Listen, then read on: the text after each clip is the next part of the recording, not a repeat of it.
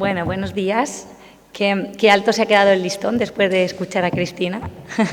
Muchas gracias, Cris, por contarnos y por compartir y por hacernos empezar la mañana así, ¿no? Reflexionando y planteándonos ya esta base de la que deberíamos, yo creo, que partir un poco, ¿no? Bueno, buenos días. Yo estoy encantadísima de estar aquí. Me llamo Allende y bueno, trabajo en la Fundación Amas Social, que es una fundación que se dedica, pertenece al sector de los servicios sociales y se dedica a gestionar todo tipo de centros, recursos y servicios para personas con discapacidad intelectual, concretamente, ¿no? Yo desde que empecé a trabajar en esta fundación he sido asistente, he venido a las jornadas de inclusión social en artes escénicas y la música, y desde el patio de butacas siempre pensaba, ojalá algún día yo tenga algo que contar y pueda estar aquí y compartir, no desde el concepto, ¿no? Y desde la reflexión absoluta, sino desde la experiencia, desde ojalá yo pueda tener una vivencia que pueda compartir y que quizá pueda aportar, ¿no? Y entonces, cuando me invitaron a participar aquí, pensaba, ¿cómo lo cuento? ¿Cómo cuento lo que ya son 15 años de recorrido intentando generar en la cultura un espacio de todos y para todos, ¿no? Desde la inclusión y desde la accesibilidad. Desde la accesibilidad ya lo ha contado todo Cris, y entonces voy a intentar trasladaros un poco lo que para nosotros ha sido ensayo y error durante mucho tiempo. Yo no vengo a responder preguntas, de hecho incluso a lo mejor vengo a plantear alguna más, por si fuera poco, pero sobre todo a contaros lo que ha sido nuestra experiencia y lo que creemos que nos ha funcionado y lo que no, para poder asegurar a día de hoy que trabajamos en la línea o que creemos que trabajamos en la línea, ¿no? A ver si yo atino un poquito con esto. Entonces, ¿desde dónde vamos a enfocarlo? Bueno, pues un poco desde este reto que tenemos absoluto de que los escenarios profesionales sean un lugar habitado también por la diversidad, ¿no? Se llama un lugar por conquistar porque es un hecho. Creo que estamos avanzando, creo que vamos en el camino. Hay unas prácticas ya absolutas, ¿no? Y que hablan por sí solas, que nos hacen estar hoy aquí, lo que esta noche vais a ver en el Falla, ¿no? Por ejemplo, es el clarísimo ejemplo. Pero creo que todavía nos falta mucho camino por andar, ¿no? Creo que la inclusión aún no es un hecho, la diversidad no es un reflejo en los escenarios y, bueno, vamos a intentar ver qué cosas han funcionado, qué retos tenemos todavía y cómo podemos lograrlo. Para mí, para mí y mi equipo y mi proyecto en el que trabajo, que luego os contaré brevemente, es fundamental aclarar algunos conceptos de base. Nosotros consideramos que en este recorrido que hemos hecho, la clave ha sido profundizar en algunos conceptos que están como muy al uso y que de pronto dices, wow, ¿estamos todos de acuerdo en lo que esto significa? ¿Todos tenemos claro de lo que hablamos cuando hablamos de inclusión?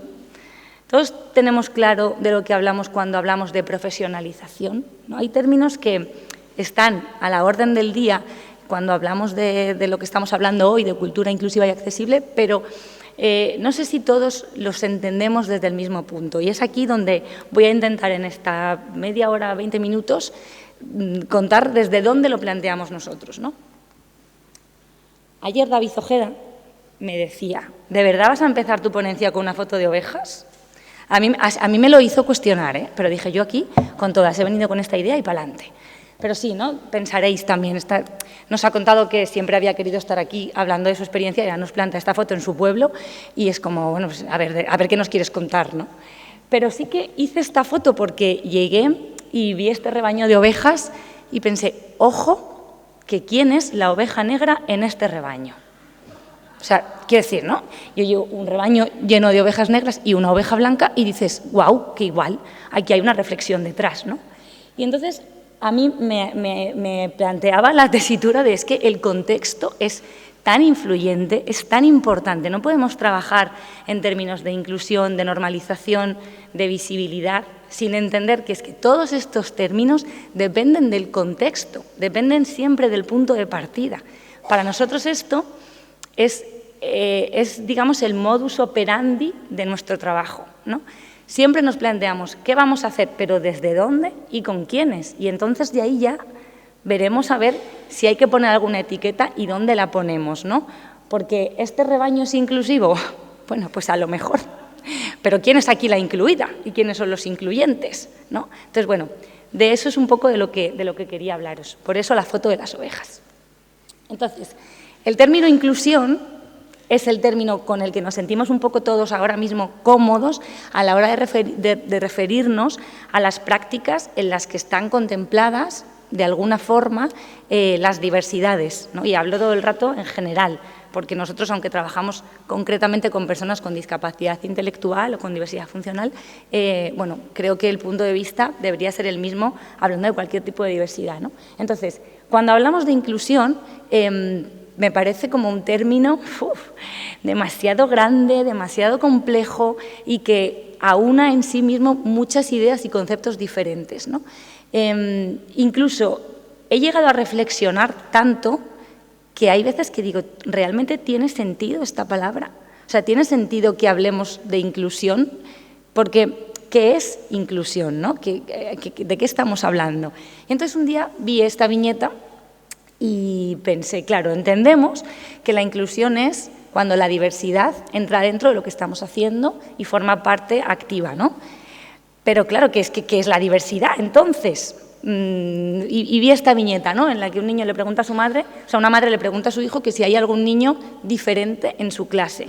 Y el niño, claro, desde su infancia y desde su visión un poco menos compleja, le dice, sí, claro, todos, porque si no, cuando vengáis a buscarnos, ¿cómo nos vais a reconocer? Y entonces dices, claro, es que realmente es así de sencillo. Cuando hablamos de diversidad, ¿a qué nos estamos refiriendo? Es que todos somos diversos, ¿no? O sea, realmente lo único en lo que somos iguales es precisamente en que todos somos diferentes.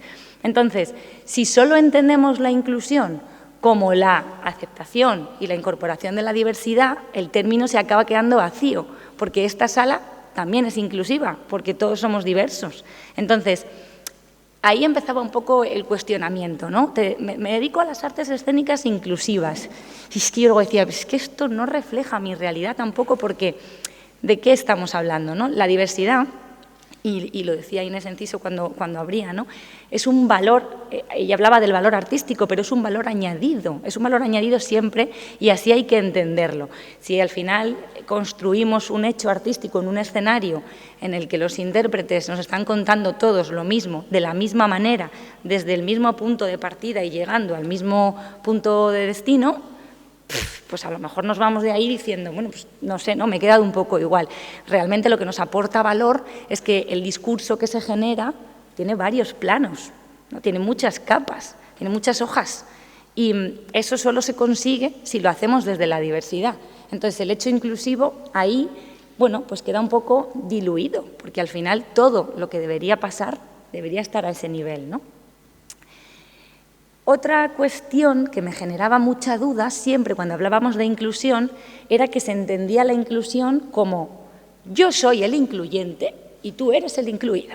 Y yo entonces te invito a ti a que te incluyas, y luego fuimos un poco transformando esta idea y ya no era te invito a que te incluyas, sino que fuimos ganando, fuimos haciendo buenas prácticas y fuimos entendiendo que era no solo te invito a que te incluyas, sino que te apoyo, que te ofrezco los medios, que te pongo los canales, que medio, que estoy aquí apoyando ese hecho, pero sigo siendo yo el incluyente y tú el incluido. No, esto es así. Entonces, claro, nosotros empezamos a trabajar en diversos proyectos simultáneos a la vez, ¿no? Y van pasando que la persona, en este caso con discapacidad intelectual, con la que estábamos trabajando en el proyecto A, en el que claramente él llegaba a un grupo conformado y empezaba de cero su incorporación, y era lo que hasta ese momento denominábamos el incluido, o quien estaba haciendo que ese proyecto fuera inclusivo, y años después esta misma persona estaba como asesor de coreógrafo en un conservatorio en el grado de preparación, ¿no?, como profesor auxiliar de los pequeñitos, de las niñas, en este caso más pequeñitas. Entonces, claro, yo decía, aquí realmente él está siendo incluido, o sea, es a él a quien le están preparando y le están haciendo un poco esta función de apoyo, porque llegaba allí, daba su clase y entonces era como... Me cuesta entenderlo desde ahí, y entendí que el concepto de la inclusión es multidireccional y que incluso una misma persona puede jugar diferentes roles en un mismo hecho que hasta ahora considerábamos un hecho inclusivo. ¿no? Dentro de la misma propuesta escénica o artística, en un momento determinado quizás yo soy el que necesita un apoyo, el que necesita un acceso, y en otro momento soy el que lo ofrece. Entonces, ¿dónde está esa barrera del incluyente y el incluido? ¿Dónde ponemos ese límite? Y ahí empezamos a entender que si construíamos desde ahí, cambiaba un poco el proceso también. Y eso fue trascendental para todo lo que vino después, ¿no? Pero sobre todo, algo que para mí fue, para el proyecto fue como muy representativo, fue entender que la inclusión era esto, era el win-win. Fuimos entendiendo al principio lo que no era o lo que no era solo, y nos dimos cuenta cuando empezamos a trabajar de la mano de, sobre todo, estructuras y organizaciones exclusivamente de índole de la industria cultural creativa, ¿no? Del sector cultural. Y yo recuerdo esas primeras reuniones en las que de inicio eran, sobre todo, coreógrafos,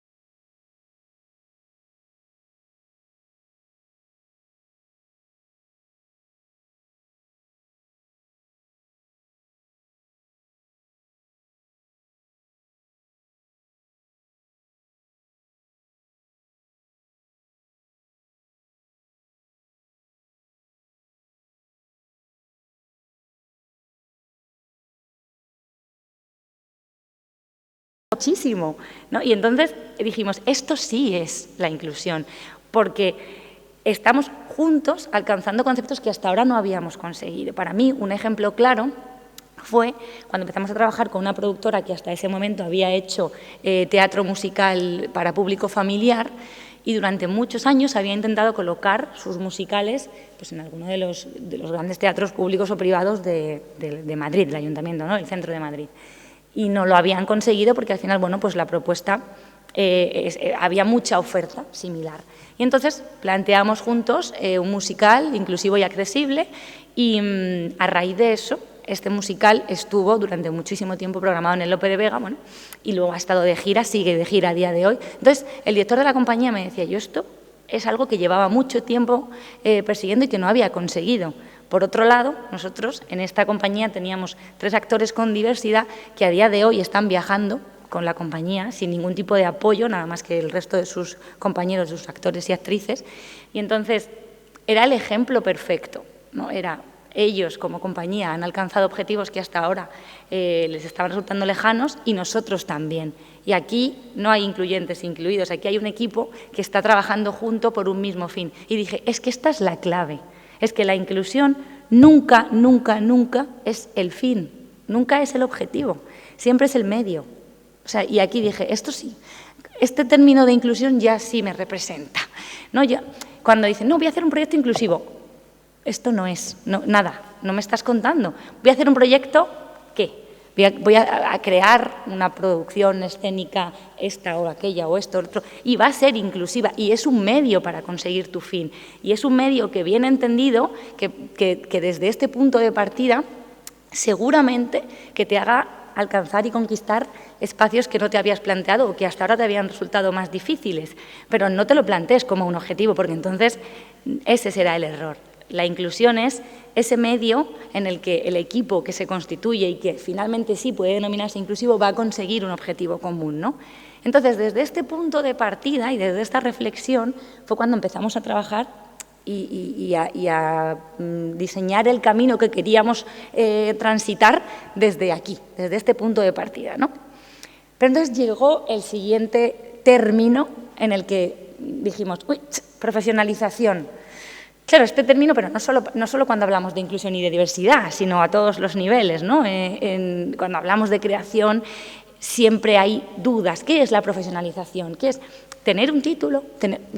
Que esto nos permita vivir de ello, que la compañía esté de gira 6 meses en vez de 2. O sea, donde poníamos un poco esta barrera, ¿no? Que, hablando de proyectos inclusivos, ojo que ya utilizo la palabra en este término que hemos acordado todos.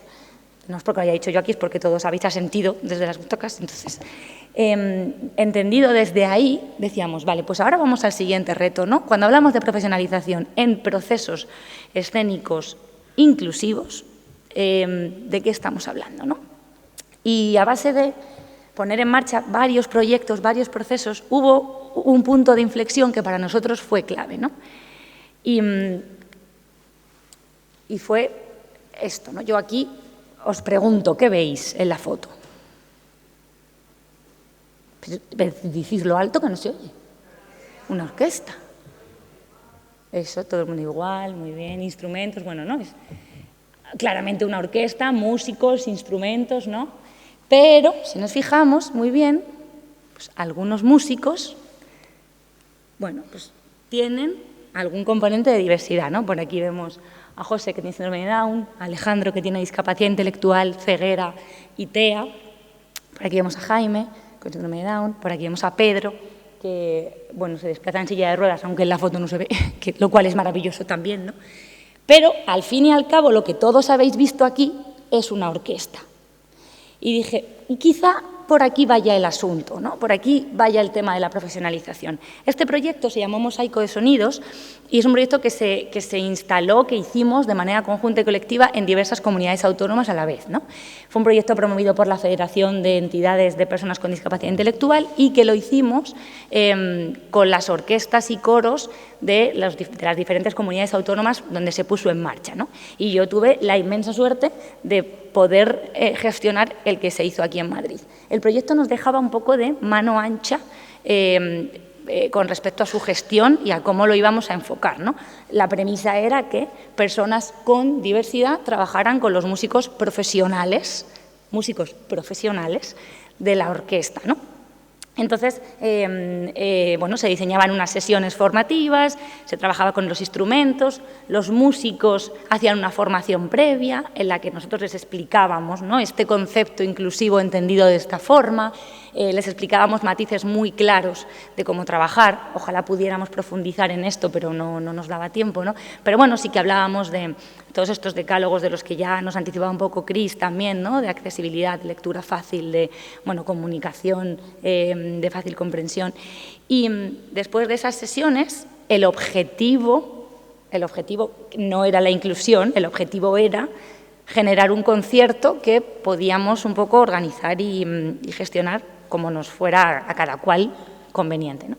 Entonces, en otras comunidades autónomas lo que se hizo fue sacar una programación específica para este concierto y, bueno, pues toda la orquesta tocaba percusión porque así era más sencillo hacer la partitura, o de pronto la orquesta se sentaba toda junta en el suelo y iban todos vestidos de negro, o a lo mejor las personas con diversidad iban vestidas de un color y los músicos iban de otro. Entonces, para mí, el concepto, o sea, la premisa fundamental era que el espectador que se sentaba en la butaca este día viera su concierto, o sea, fuera el abonado habitual del Auditorio Nacional, que fue donde se llevó a cabo el concierto, y cuando saliera, pues no tuviera ni idea de si había visto un concierto tal o pascual, o simplemente se fuera de allí diciendo, ¡oh, qué concierto más bonito he visto!, sin ningún tipo de mirada condescendiente, sin ningún tipo de, ¡ay, está bien para lo que es! No, o sea, vaya, qué concierto más bueno he visto dentro de la programación ordinaria y natural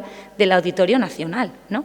Entonces, eso supuso una serie de esfuerzos, pues hubo que buscar personas con discapacidad que tocaran el piano, pero es que claro que las había muchas, muchísimas, solo que había que llegar a ellas. Personas con diversidad que tocaran el violín, las había, claro que las había.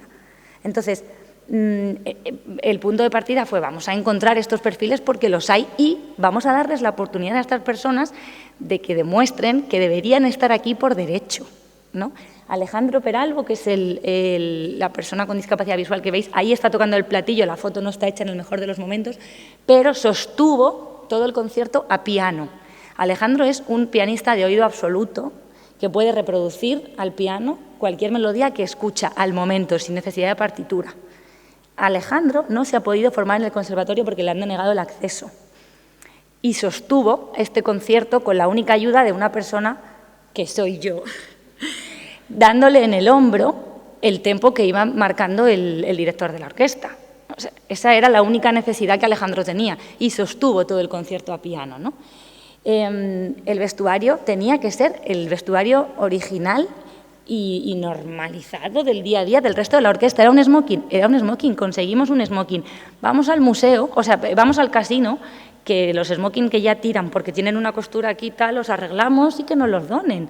Y así fue, pero conseguimos que este concierto estuviera programado en la programación original del auditorio, sin ninguna etiqueta, sin ninguna clasificación, sin ninguna señal específica, y hubo muchísimos abonados que estuvieron en este concierto y no lo saben, vieron un concierto más del auditorio.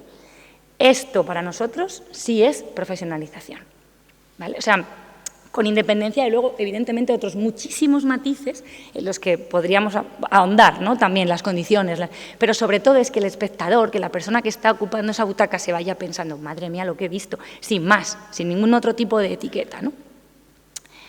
Ahora, para casar estos dos conceptos de inclusión entendida como medio, no como fin, ¿no? Profesionalización entendida como que el espectador se vaya diciendo, madre mía, qué pasada lo que he visto, claro, bueno, pues casi nada, ¿no?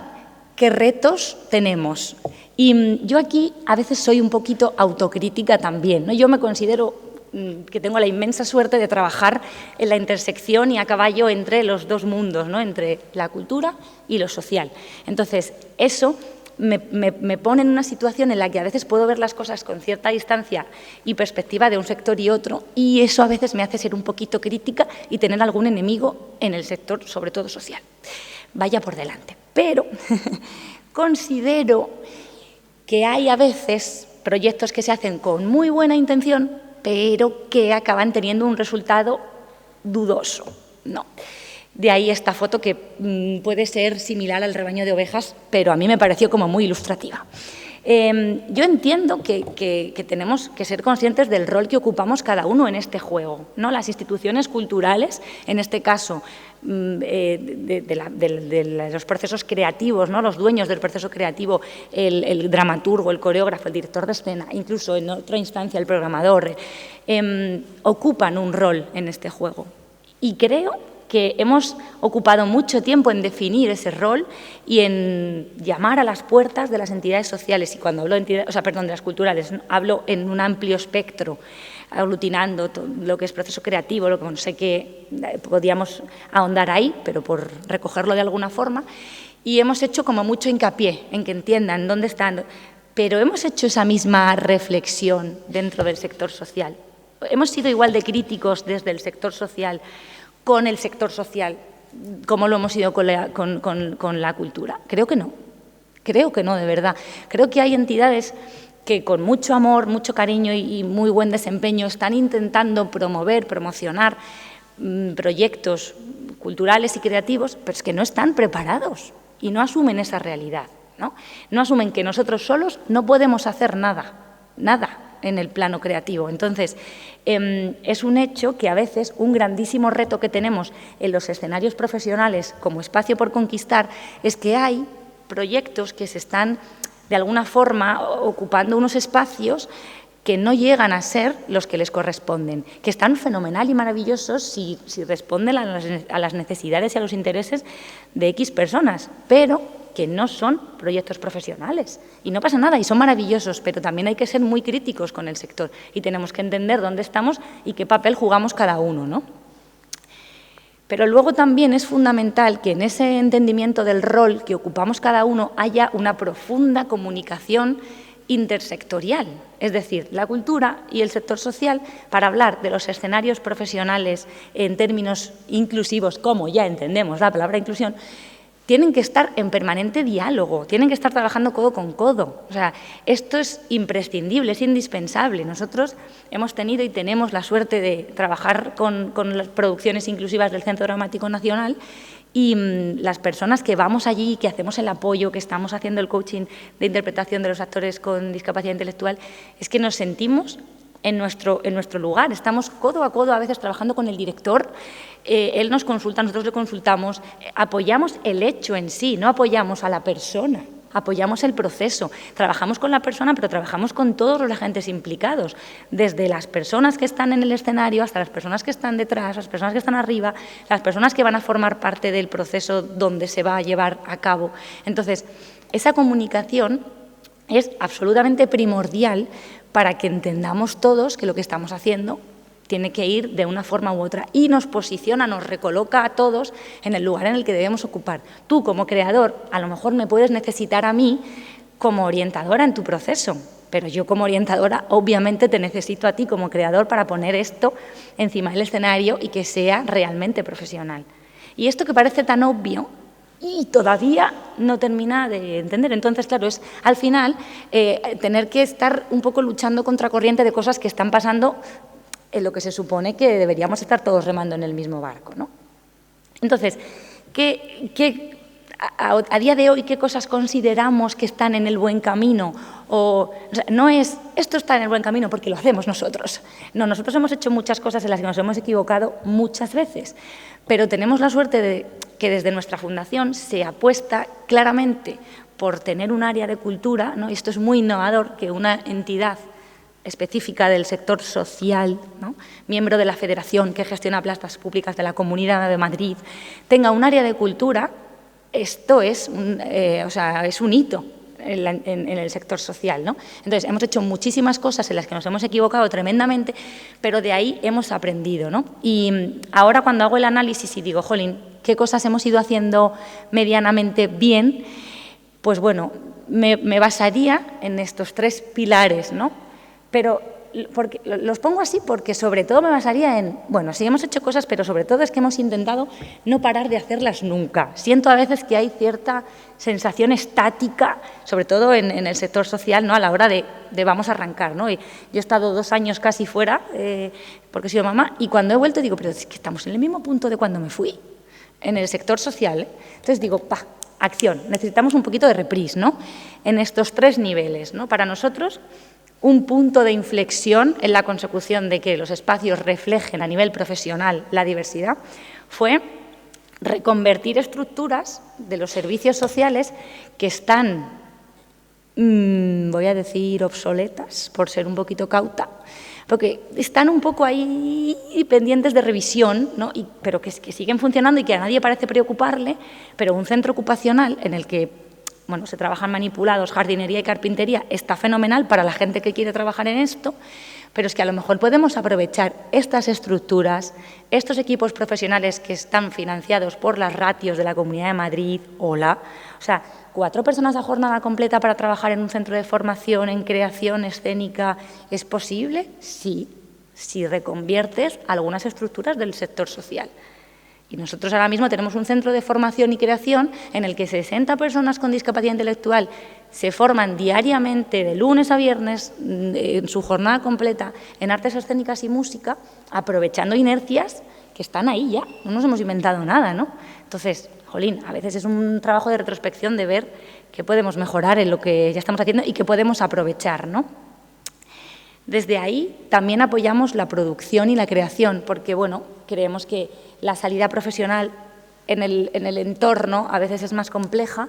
Entonces, tenemos una muy pequeña compañía que yo diría que lo que hace bien es que entiende el hecho creativo desde la perspectiva de la diversidad. Ellos crean, nosotros acompañamos el proceso, eso es maravilloso, ojalá pudiera detenerme en contarlo al detalle, no puede ser, pero entendemos muy al detalle cómo es su proceso creativo. Entonces hace que la pieza tenga un valor de autenticidad muy importante porque nace y surge, ¿no?, de ellos. Y es una forma de acompañar propuestas profesionales y transitar los escenarios profesionales para personas que de otra forma probablemente no habrían tenido la oportunidad de estar en un escenario contando su historia, ¿no? Pero sobre todo, y para terminar, quería hablaros de esta última pata, ¿no?, de la que llamaba mediación. No es el nombre que más me gusta, pero ya he transitado mucho en inclusión, profesionalización, me queda esto pendiente, ya lo haré para las próximas jornadas, os prometo que lo traigo. Pero es esto que hacemos, ¿no?, de trabajar con el Centro Dramático Nacional, con compañías pequeñitas, con Morena Films en Campeones, ¿no?, o sea, a todos los niveles, para que la diversidad sea un hecho en nuestros procesos creativos a todos los niveles, ¿no? Y ese proceso es tan bonito, es tan transformador, es tan mágico para todas y cada una de las personas que formamos parte de él. Yo os lo voy a trasladar ahora en la persona de José Manuel Blanco, a quien deberíais ver hoy en Supernormales. Pero os lo voy a contar desde su historia, pero podría contarla desde la mía y podría contarla desde la de Iñaki en el proceso creativo o desde la de Andrés, que es el coach que acompaña el proceso. Porque para todos los que estamos ahí dentro es magia lo que sucede, ¿no? Y vamos a empezar algo juntos que nos va a transformar a todos y que vamos a aprender, que todos vamos a ganar, que todos nos vamos a llevar a algo. Y os lo cuento en términos de José Manuel, ¿no? José Manuel es un hombre, como veis en la foto, con síndrome de Down, que yo le conocí en el año 2007, que entré a trabajar en el centro ocupacional en el que él tenía su plaza. Él estaba en una cadena de montaje de manipulados y era un hombre que, según su diagnóstico, tenía síndrome de Down, y mutismo selectivo, ¿vale? Llevaba en ese momento 2 años sin emitir una sola palabra y estuvo así otros 10 más, hasta que sumó un total de 12 años sin hablar. Yo tenía la suerte de poder trabajar con él, fui su persona de apoyo e intentábamos conectar, pero era súper difícil. Blanco estaba completamente cerrado, era impermeable y era inaccesible para todas las personas con las que intentábamos que él trabajara, ¿no? Cuando empezamos a poner en marcha el proyecto de Amas Escena, que es lo que de alguna forma os he ido contando así en pinceladas, yo ya no trabajaba en su centro, pero sí que visité todos los centros de la Fundación explicando lo que íbamos a hacer, este centro de creación y de formación. Y después de 12 años sin hablar, en esa reunión, José, que hasta ese momento vivía así, levantó la cabeza y dijo, yo quiero. Entonces, claro, en ese momento, toda la gente que le conocíamos desde hacía mucho tiempo, dijimos, vaya, sea como sea, José tiene que tener aquí su plaza. Volvámonos locos, hagamos todas las gestiones que sean necesarias, pero José tiene que venir, ¿no? Llamé a su madre, Sagrario, José ha dicho, yo quiero. No puede ser, lo ha dicho, de verdad, yo quiero. José está de gira con Supernormales. Compagina la gira de Supernormales con la gira de Campeones del Humor, con el musical de Peter Pan, de Candileja Producciones. Lleva, pues, salvo el parón de la pandemia, 5 o 6 años viviendo exclusivamente de las artes escénicas. Claro, evidentemente con unos discursos elaboradísimos, ¿no? ¿Le ha cambiado la vida a José Manuel Blanco? Clarísimamente, le ha cambiado la vida a toda su familia, le ha cambiado la vida a toda la gente que trabaja con él, ¿no? Y entonces, claro, yo siempre digo, es que José Manuel Blanco solo estaba siendo medido por lo que no hacía, porque no hablaba, porque no trabajaba en el centro, porque no era capaz de poner las piezas en la cadena de montaje. Blanco estaba en un sitio que no le correspondía y además estaba imposibilitado de ir a donde sí quería ir. No tenía la capacidad, no podía acceder a la formación reglada en artes escénicas y él quería ser actor, quería vivir del arte, que era para lo que él tenía claro que había nacido. Sin embargo, le estábamos dando la espalda completamente, no estábamos siendo capaces de acompañarle. Y cuando llegó a su sitio y lo encontró, nos ha demostrado a todos clarísimamente que su capacidad estaba ahí, que era prácticamente innata, ¿no? Entonces yo creo que merece la pena que sigamos trabajando por muchos más José Manueles Blancos y porque todos podemos ser el José Manuel Blanco de alguna historia, porque no seremos el incluyente solo o el incluido solo. Entonces, os invito a que transitéis de una función a la otra y que seáis el que favorezca a José Manuel Blanco, pero que también seáis José Manuel Blanco en algún momento. Muchísimas gracias.